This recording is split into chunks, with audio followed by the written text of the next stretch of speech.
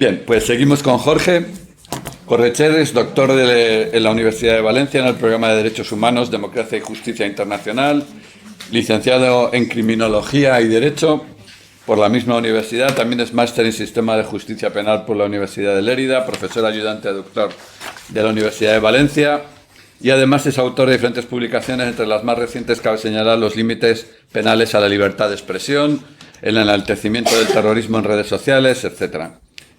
Cuando Jorge presentó su ponencia, el comité científico, y yo al final lo revisé, le dije, mira Jorge, me gusta mucho, pero esto ya es muy conocido, cúrratelo más. Estoy convencido de que lo ha hecho muy bien y que habrá avanzado sobre el tema del panóptico de Foucault. Sí. Dice, no, un poco más, sí. Profundiza y estamos encantados de que estés aquí, Jorge. Muchísimas gracias. Muchísimas gracias a ti.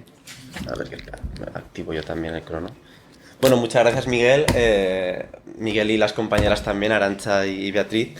Muchísimas gracias por invitarnos, por permitirnos participar en el congreso y por ser tan abiertos, ¿no? De facilitar un poco que gente más joven podamos debatir con vosotros y también por el encaje multidisciplinar, ¿no? del congreso. A mí me ha gustado mucho, he aprendido un montón y la verdad es que está muy bien porque cosas que me dedico a estudiar teóricamente y a criticar también teóricamente, muchas de las ponencias que he visto estos días me han dado ejemplos prácticos, mucho más aplicables, ¿no? que han sido muy enriquecedores.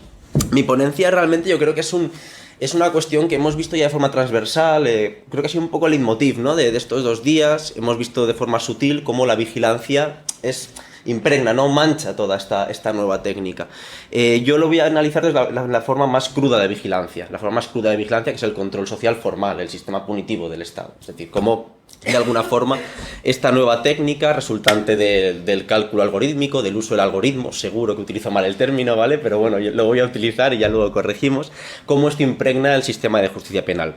Como marco teórico, y aquí es la única referencia que voy a hacer a Foucault, partimos de alguna forma de un nuevo panóptico, ¿no? Foucault incidía mucho en este control sobre el cuerpo, también sobre la mente, pero es que ahora tenemos un panóptico en términos digitales, ya desarrollado por otros autores, Harcourt, Byung-Chul Han, que presentan una diferencia cualitativa yo creo muy importante, y es que así como en el panóptico de Foucault el controlado era víctima de ese sistema, ahora es que somos actores y víctimas. De alguna forma, de manera voluntaria, habría que ver hasta dónde llega esa voluntariedad, ¿no? Nos ponemos un poco en manos de este nuevo espacio de control social. Y ahí es donde analizo el caso de enaltecimiento del terrorismo, discurso del odio, sobre el que no voy a decir ya nada más, ¿vale? Entonces, bueno, ya superando este contexto, ¿no? del que hablábamos, lo que me interesa aquí es presentaros un poco cómo en materia de vigilancia la identidad también puede ser un objeto de vigilancia. ¿Cómo utilizamos esta identidad como objeto de vigilancia? A partir de la identificación, valga la redundancia, de determinadas variables grupales a nivel de colectivos que luego se plasman de forma individual en el paso de un sujeto por el sistema de justicia penal, mediante distintas aplicaciones, técnica en última instancia, ¿no? Que, bueno, veremos un único ejemplo. Respecto de este proceso, respecto del uso de una técnica, ¿no? Influenciada por el tratamiento masivo de datos personales, por la inclusión también de cálculos algorítmicos para determinar el paso del sujeto por el sistema de justicia penal, los riesgos que entrañan, además de una exclusión social palpable, porque estas variables grupales no es algo ontológico, sino que se basan en condicionantes materiales en muchas ocasiones. Creo que corremos el riesgo de, en base a una aspiración de eficiencia, incluso de justicia o de aplicar un sistema de justicia penal más justo, caer en determinados sesgos discriminatorios, en determinadas discriminaciones, ¿no? que veremos a continuación en un caso. En definitiva, aquí lo que ocurre es que la identidad, además de objeto de vigilancia, puede ser factor determinante de la aplicación del poder punitivo del Estado, de lo que es el poder de castigar, ¿no? Los sistemas de policía, judiciales, penitenciarios, etc. Esto se ve muy fácilmente mediante el desarrollo de herramientas técnicas utilizadas para la valoración del riesgo. Valoración del riesgo que se usa por los tribunales, digamos, para determinar la extensión de la pena de prisión, determinar si se aplican medidas de seguridad, la libertad vigilada es un ejemplo, determinar si una persona puede acceder a la suspensión de la pena, a la libertad condicional, etc. Se desarrollan una serie de herramientas estructuradas de la valoración del riesgo, donde se basa este este cálculo en determinadas variables, ¿vale? Variables que, como os digo, son grupales, pero que luego se plasman de forma específica en el supuesto de hecho concreto. Esta metodología, denominada como Evidence-Based Sentencing, se fundamenta en una crítica a la valoración tradicional llevada a cabo por el juez, estimando que esta evaluación del juez o la jueza es intuitiva, de los operadores judiciales en general, es intuitiva y que por tanto también puede ser arbitraria, subjetiva y sesgada. Se estima quien defiende estas herramientas estructuradas de valoración del riesgo que proporcionan conocimientos rigurosos, empíricos y que de alguna forma superan ese carácter subjetivo de la valoración judicial. Un ejemplo de estas herramientas es COMPAS, ¿vale? COMPAS responde a Correctional Offender Management Profiling for Alternative Sanctions, que traducido de forma un poco forzada, la verdad, sería algo así como perfiles de gestión de delincuentes correccionales para sanciones alternativas. COMPAS es una herramienta desarrollada por una empresa privada que es utilizada por muchos estados norteamericanos. No lo he dicho, pero estas técnicas sobre todo son en Norteamérica y en Reino Unido. No han llegado todavía o no se han implementado de manera formal, digamos, en la Europa continental. COMPAS es una herramienta, como os digo, basada en el cálculo algorítmico, mediante la cual se elabora una evaluación de pronósticos de reincidencia, de pronósticos de riesgo, de comisión de futuros delitos, que se utiliza por estados norteamericanos, como os digo, para determinar la extensión de la pena, las medidas alternativas a la prisión, etc. Está basada en una serie de preguntas, concretamente 137 preguntas, y bueno, estos ítems incluyen cuestiones como la extracción social, el género, los antecedentes penales, etc. A partir del uso de esta herramienta para el caso concreto, en función de lo que el sujeto, responde a esa encuesta, se presenta un informe que no es vinculante para el juez, ¿vale? No es vinculante para el juez, pero sí que de alguna forma puede determinar la decisión, ¿no? Es interesante ver lo que ha pasado con COMPAS en un caso muy concreto, enjuiciado por el Tribunal Supremo de Wisconsin, ¿vale? Eric Loomis es una persona, aunque tenga así un nombre un poco curioso. Eric Loomis, fue condenado por un tribunal de primera instancia de Wisconsin a 6 años de prisión por, huir de la policía, conducir un vehículo de otra persona, un vehículo además que se vio envuelto en un tiroteo. Sin más, fue condenado a una pena de 6 años de prisión y se tuvo en cuenta se consideró, digamos, el informe de COMPAS, ¿vale? El informe de COMPAS para condenarlo a 6 años de prisión y no conceder la suspensión de la pena ni la libertad condicional. Eric Loomis presenta un recurso ante el Supremo de Wisconsin y basa este recurso en 3 motivos básicos, ¿vale? El primero es la violación del derecho al debido proceso, lo que aquí llamamos como tutela judicial efectiva. Allí ya hablan de due process. Violación de la tutela judicial efectiva porque no ha sido condenado sobre información fiable y precisa, ya que la naturaleza de secreto comercial del algoritmo que utiliza COMPAS le impide conocer cómo se habían calculado esas estimaciones de riesgo y por lo tanto le impide también refutar la validez científica del nivel de riesgo asignado por esa herramienta. El Tribunal Supremo rechaza este motivo de recurso.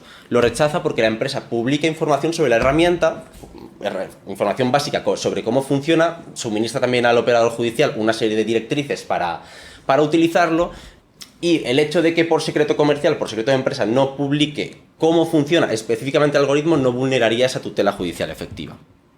Segundo motivo de recurso, Loomis exige que la sentencia sea individualizada. Sentencia individualizada en tanto que la sentencia se ve determinada por las variables grupales sobre las que trabaja COMPAS. Lo que contesta la sentencia, también descartando este motivo de recurso, es que, sí, son variables grupales, pero que hemos aplicado a tu caso individual, de forma que no hay vulneración. Tercer motivo, el género. Eric Loomis es un hombre. Los hombres tienen más tendencia a reincidir que las mujeres. Él entiende que el hecho de ser hombre le ha penalizado a efectos de acceder a la libertad condicional y a efectos de la pena impuesta.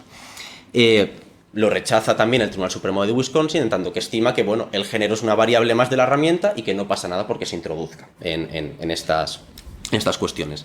Rechaza los 3 motivos de recurso y sí que es cierto que establece la sentencia una serie de limitaciones para el uso de estas herramientas. En primer lugar, que tienen siempre naturaleza facultativa, no prescriptiva, es decir, no vinculan al juez, únicamente dan información, y lo limita solo a casos de imposición de medidas alternativas a la prisión, o también para valorar si un delincuente puede ser supervisado de forma segura, o también respecto a la suspensión de la pena, pero no puede determinar en ningún caso la entrada a prisión, o la pena imponible o básicamente la culpabilidad del sujeto, en última instancia.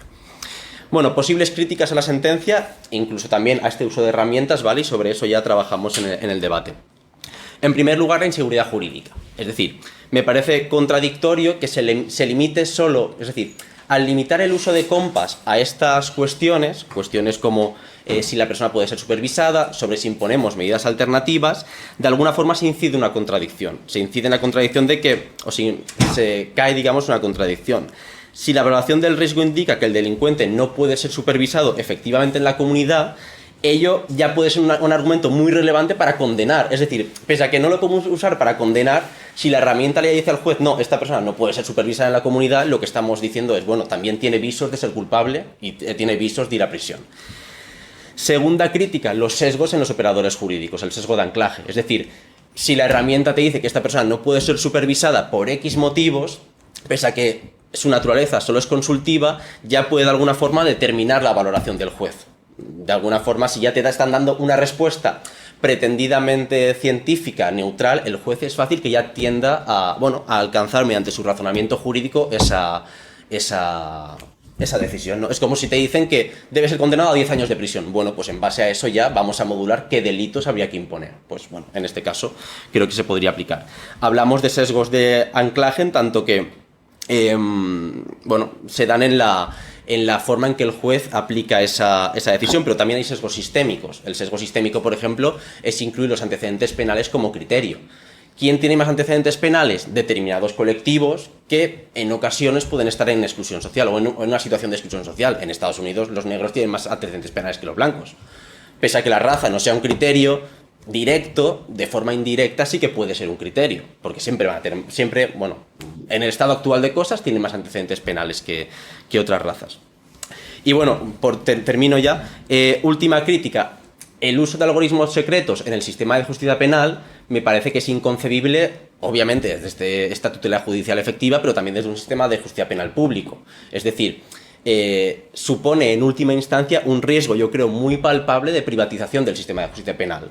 Si estamos determinando que empresas privadas van a determinar cuándo alguien puede ser supervisado o no, y de forma yo creo que también sutil, cuándo alguien va a ser condenado o no, pese a que solo tengan esta naturaleza consultiva, estamos permitiendo que el cálculo económico, la lógica financiera que guía a las empresas y que muy legítimamente guía a las empresas, esté inmiscuyendo en algo que no debe tener eso en cuenta, sino los derechos de de quienes han cometido delitos, también los derechos de las víctimas, obviamente, pero no el secreto empresarial o el secreto comercial que quiere mantener esta empresa, ¿no? Por la patente, por el tema de la propiedad intelectual, etc. Entonces, estas serían las críticas principales un poco atropelladas que le haría a esta sentencia y bien, es decir, yo creo que la crítica que recae sobre lo que subyace sobre estas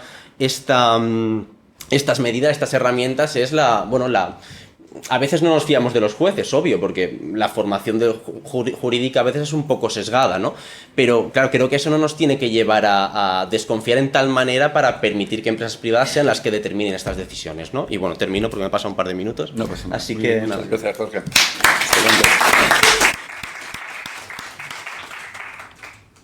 Preguntas, Arantxa. Muchas gracias por la presentación. Es un comentario, porque no le tengo ningún pero a lo que has comentado, pero en mi trabajo tenemos que tomar decisiones. Y en el mío, yo creo que todos tenemos que tomar decisiones. Son decisiones complejas y que nosotros intentamos hacerlo de la mejor forma y con los instrumentos que podemos tener, que generalmente suele ser un buen estudio y el trabajo en equipo. Bien es cierto que las situaciones actuales cada vez, en mi contexto laboral, y creo que en todos, son más complejas. Y la complejidad es un elemento que complica la toma de decisiones tradicionales o la manera de establecerlo, ¿no? Ante una toma de decisiones compleja y cuando además una situación tiene ya un alcance, una dimensión más colectiva o más social, surge la desinformación. Y la desinformación lo que genera es que no se tomen decisiones ante esa complejidad. Y entonces se desinflan los movimientos sociales. Yo un poco conectado a lo que decías, con situaciones que a nivel local van pasando, porque a nivel local quieren cortar árboles en un parque y se provoca una movilización. Hay una desinformación, es que están enfermos los árboles, ¿no? Entonces ya, bueno, se acallan los... Entonces, en mi comunidad autónoma se está empezando a utilizar algoritmos predictivos para darnos información facultativa, no prescriptiva, en la toma de decisiones. Y hay experiencias en positivo de este uso de inteligencia artificial en el que la máquina limita los sesgos que los profesionales tenemos hacia determinados colectivos, ¿no? Por ejemplo, en Pensilvania se elaboró una escala para valorar las llamadas que se producían de denuncias de maltrato infantil. La máquina elaboraba una escala como un termómetro por colores, con 20 ítems, de si había una situación creíble de maltrato o no era creíble, y automáticamente se lanzaba una tarea al trabajador social para que de manera tradicional habilitara pues, un estudio para valorar si existía o no existía.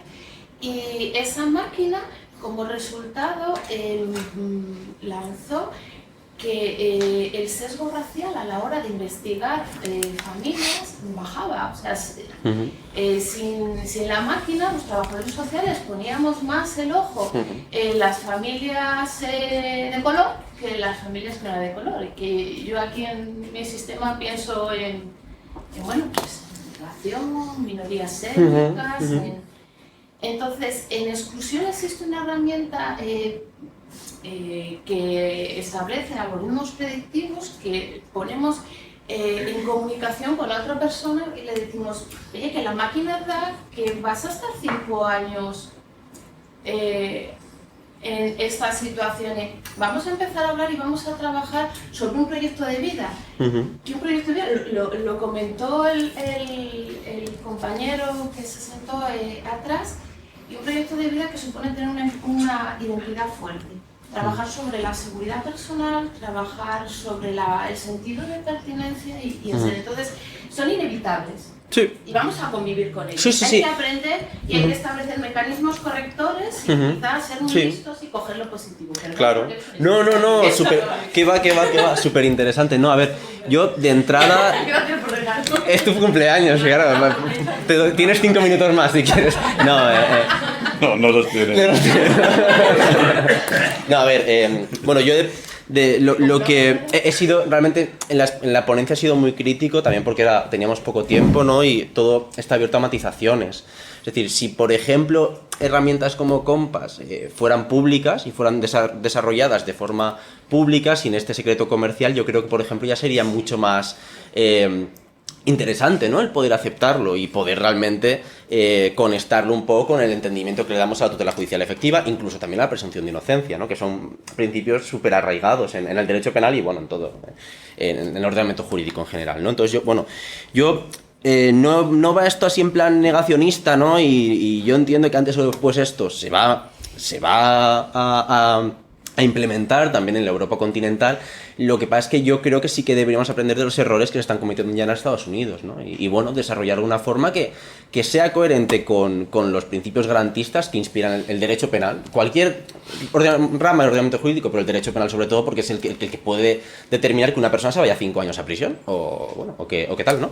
Entonces yo creo que es un poco conectar un poco el desarrollo de esta técnica, ¿no? Que antes o después va a estar ahí con esta salvaguarda, ¿no? Y además yo creo que puede ser interesante porque yo no soy un defensor a ultranza de la forma en que la gente accede a la judicatura. Es decir, la forma en que la gente accede a la judicatura, que es quien en última instancia toma estas decisiones, el sistema español es un sistema de empollar en casa sin tener más cultura jurídica o cultura popular, política, que la que puedas haber, asimilado por tu cuenta, pero es un sistema muy rígido y hace que el juzgador, esté muy sesgado ya de entrada, ¿no? Respecto a otros conocimientos. Por eso hemos empezado con la conferencia de Marina de por qué los algoritmos tienen ideología, porque evidentemente lo que estábamos hablando es de los sesgos. Yo creo que lo que plantea muy bien Jorge es una especie de preculpabilidad estadística que se va a instalar de forma natural sin serlo. Yo creo exacto. que ese es el problema. ¿Alguna pregunta más?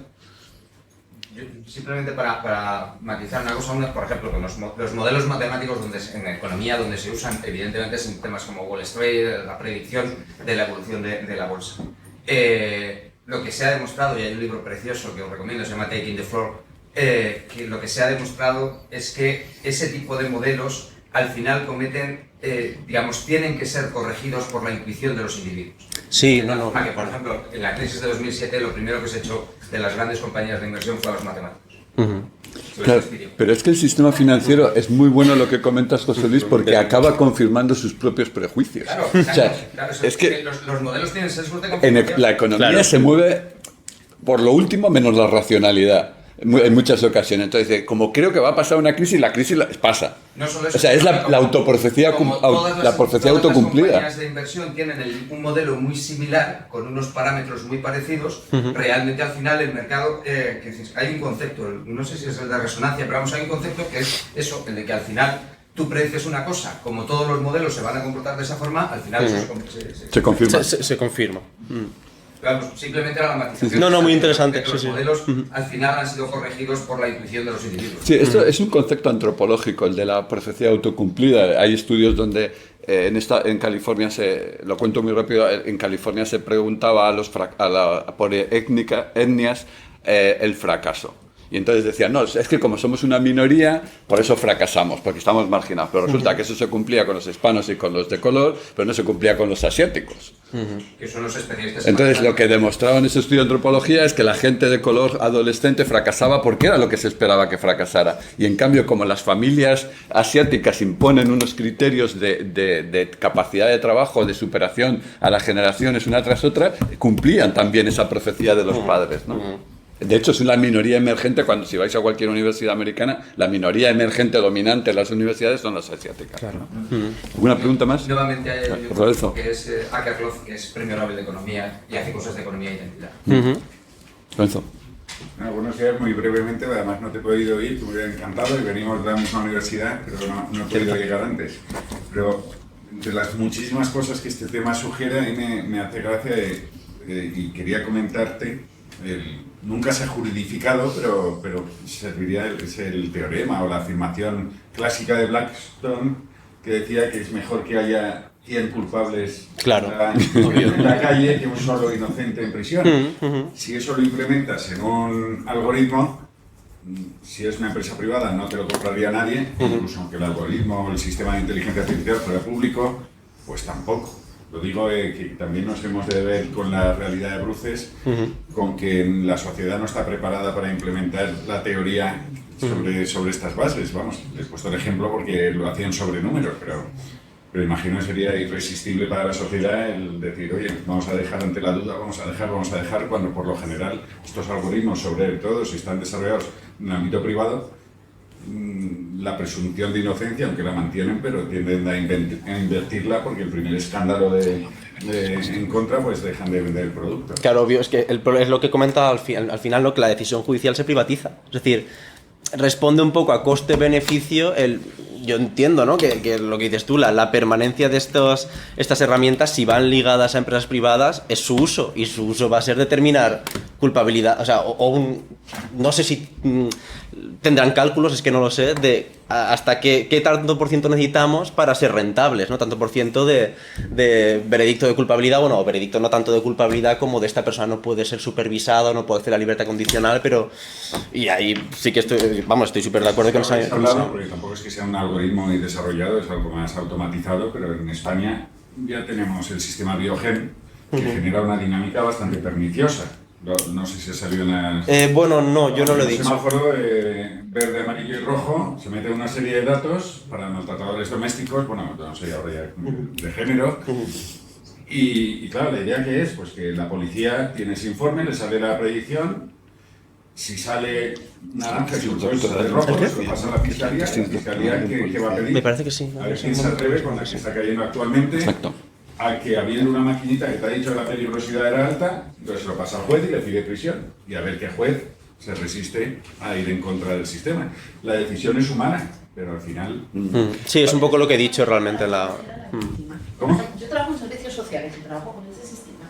Entonces, a nosotros ese semáforo que ponemos luego en relación con una herramienta que también ha desarrollado la comunidad y ponemos en relación con Biogen, nos sirve para establecer las medidas protectoras para la víctima y para la familia, ya no tanto por el agresor.